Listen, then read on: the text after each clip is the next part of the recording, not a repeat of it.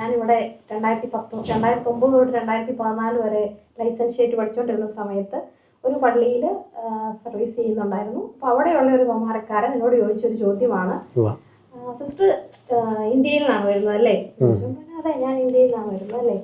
സിസ്റ്ററോട് എനിക്കൊരു ചോദ്യം ചോദിക്കാനുണ്ട്, സിസ്റ്റർ ഒഫൻസ് ആയിട്ടൊന്നും എടുക്കരുത്, പക്ഷെ ഞാൻ ഭയങ്കര ക്യൂരിയസ് ആണ്, അറിയാമെന്ന് പറഞ്ഞു. എന്താണ്, നിങ്ങളുടെ നാട്ടില് ഹിന്ദുക്കളും മുസ്ലിങ്ങളും നിങ്ങൾ എങ്ങനെയാണ് ഒരു ബെഞ്ചിലിരുന്ന് പഠിക്കാൻ പറ്റുന്നത്? ഞാൻ ഒരിക്കലും എന്റെ ജീവിതത്തിൽ ചിന്തിച്ചിട്ടില്ല അതൊരു കാര്യം.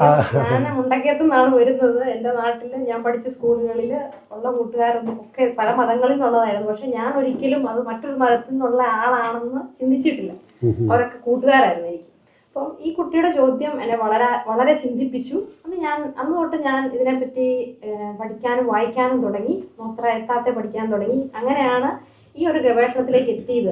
നമ്മുടെ ചെറുപ്പകാലത്തിൽ ഇരിക്കുന്നവരുടെ എല്ലാവരുടെയും ചെറുപ്പകാലങ്ങളിൽ നമുക്ക് ഒരു ഫോർമേഷന്റെ ആവശ്യമില്ലായിരുന്നു മതേതര സംവാദത്തിന് വേണ്ടിയിട്ട്. ചിലപ്പോൾ ഈ വാക്കുകൾ പോലും നമ്മൾ നമ്മുടെ ഡയലോഗ് ഓഫ് ലൈഫും ആക്ഷനും ഒക്കെ നമ്മൾ ജീവിച്ച ഒരു സാഹചര്യങ്ങളാണ്. അതിനെപ്പറ്റി ആരും നമ്മളെ പഠിപ്പിച്ചിട്ടില്ല. നമ്മുടെ സാഹചര്യങ്ങൾ, അയൽപക്കങ്ങളൊക്കെ നമ്മുടെ എന്താ പറയാ വിറ്റ്നസ് ആയിരുന്നു, ടെസ്റ്റിമണി ആയിരുന്നു, സാക്ഷ്യങ്ങളാണ്.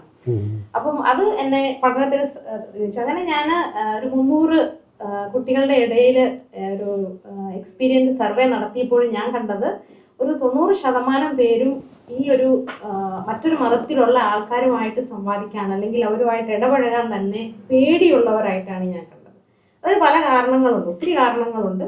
മെയിനായിട്ട് വാർത്താമാധ്യമങ്ങളിൽ വരുന്ന മതത്തെ പറ്റിയുള്ള പലതരത്തിലുള്ള എന്താ പറയാ തെറ്റായ രീതിയിലുള്ള വിശകലനങ്ങൾ നടത്തുന്നത്. അപ്പം അങ്ങനെ അതിനെ എങ്ങനെ ഓവർകം ചെയ്യാമെന്നാണ് ഞാൻ ചിന്തിച്ചത്. അതിനാണ് ഫോർമേഷൻ ഇമ്പോർട്ടൻ്റ് ആണെന്ന് പറയുന്നത്.